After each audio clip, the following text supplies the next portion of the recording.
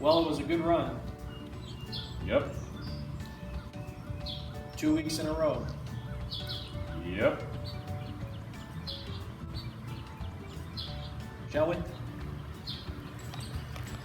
Happy Wednesday, folks. Welcome back to another episode of Alternate Shot from the great indoors. Mother Nature has forced us inside this week, but that's okay because today's topic can be spoken about outside or inside.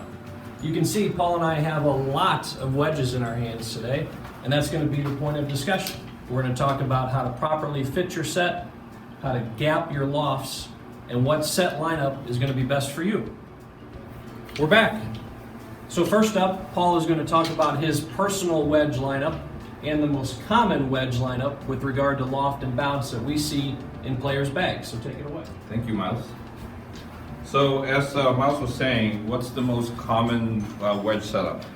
If you have a 52, you're gonna go with a 56 and then 60. Okay, so that's the most common. That used to be my wedge setup, but I changed to this wedge setup because I was feeling that I was losing distance, I was getting older, so I went with a stronger lofts. So I started with a 50, and then a 54, and a 58. So if you have any questions about your loft setup, any of us can help you in the golf shop.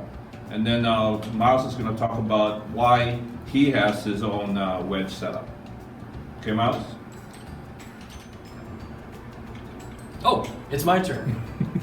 So as Paul said, now we're going to talk about my wedge setup. If you can zoom in there and see, these lofts are found in all the options that we've shared so far, but they don't quite vibe with what Paul previously discussed, and I'll tell you why. As a junior golfer, the first scoring wedge that ended up in my bag was a 60.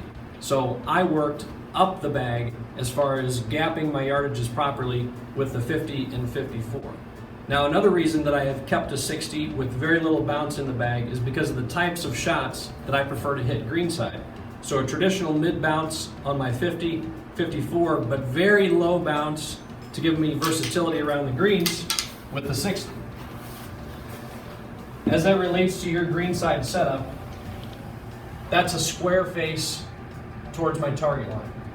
Low bounce options will give you the option to open the face and let the club head move more freely through the turf to hit softer, gentler shots.